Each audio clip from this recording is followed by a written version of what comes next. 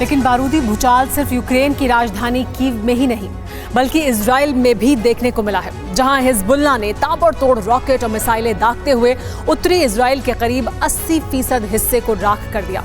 इतना ही नहीं, हिजबुल्लाह ने आईडीएफ के एयरबेस, रडार स्टेशन और स्ट्रेटेजिक कंट्रोल रूम को भी आसमानी हमले में तहस नहस कर दिया। गौर करने वाली बात यह है कि आने वाले चंद घंटों में विनाशक हमले का खतरा सिर्फ इजराइल पर ही नहीं बल्कि अरब में मौजूद इजराइल समर्थक देशों पर भी है। आखिर कैसे, आप ही देखिए।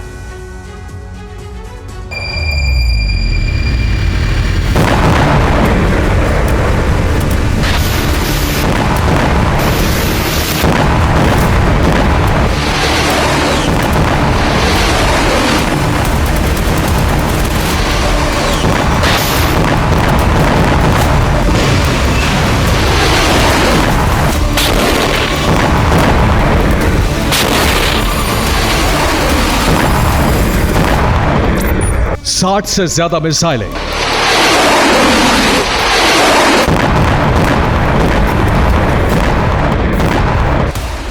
150 से ज्यादा रॉकेट प्रहार,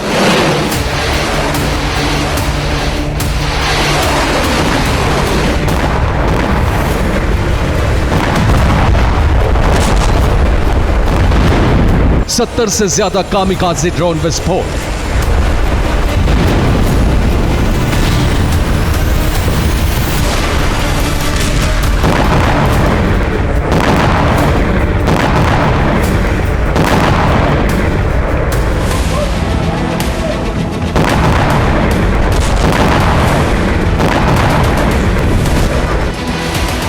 सात अक्टूबर 2023 के ठीक 9 महीने बाद फिर से इजरायली धरती बम, गोला, बारूद के प्रहार से दहल उठी और इस बार इजरायली सरजमी को बारूद से पाटने का काम लेबनान के हिजबुल्लाह संगठन ने किया।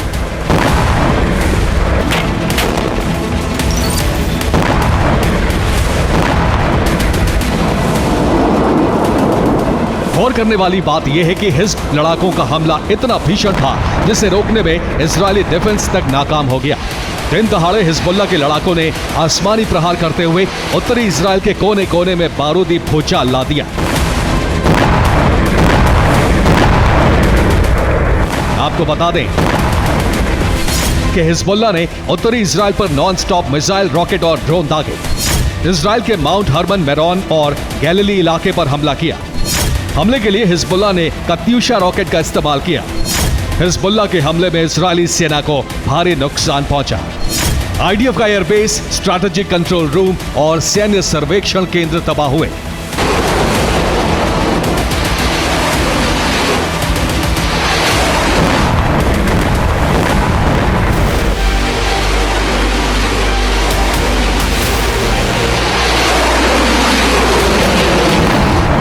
कत्यूशा रॉकेट लॉन्चर, जिसका इस्तेमाल हिजबुल्लाह ने इजराइल को दहलाने के लिए किया, दरअसल वो मेड इन रशिया है। सोवियत दौर में इसे तैयार किया गया था। मुमकिन है वाया ईरान ये रॉकेट लॉन्चर हिजबुल्लाह को मिला होगा और इसी विनाशक की मदद से हिजबुल्लाह ने उत्तरी इजराइल के कई इलाकों को तहस नहस कर दिया।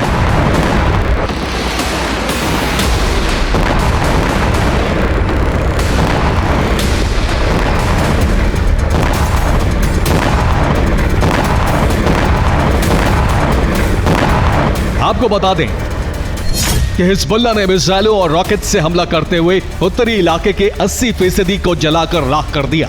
हिजबुल्लाह का सबसे भीषण अटैक उत्तरी इजराइल के माउंट मेरोन इलाके में देखने को मिला।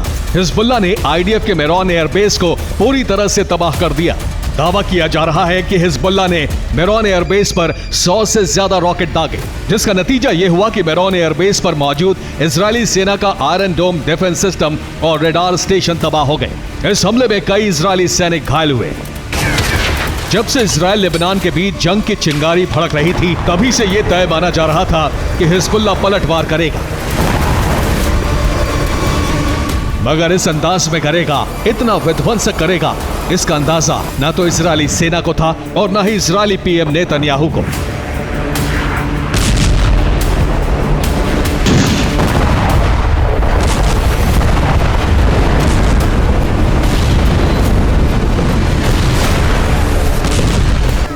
लेकिन इजराइल को दहलाने का काम सिर्फ हिजबुल्लाह ने ही नहीं किया, बल्कि यमन के हूती लड़ाकों ने भी दक्षिणी इजराइल के इलाके में ड्रोन स्ट्राइक की।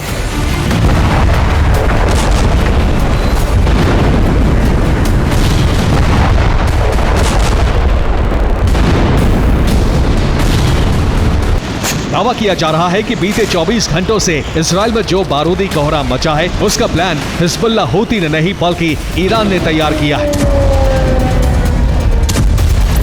दरअसल जैसे ही ईरान में राष्ट्रपति चुनाव का फैसला आया, उसी के साथ अरब में ईरान ने इजराइल के खिलाफ बारूदी चक्रव्यूह तैयार कर लिया।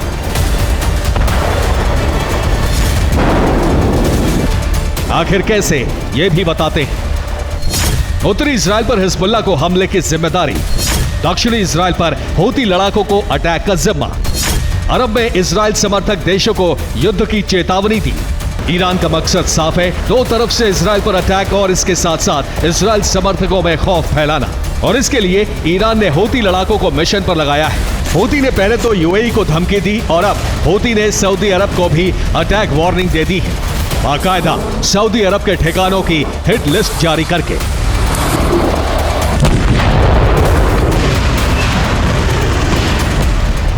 मतलब ये कि अरब में महाजंग की बिसात बिछ चुकी है। ईरान ने अपने मोहरे चल दिए हैं। अब ये देखना होगा कि ईरान के बारूदी चक्रव्यूह को इजराइल कैसे तोड़ता है, कैसे ईरानी प्रॉक्सी के हमलों का इंतकाम लेता है। Bureau report, TV9 Bharatvarsh.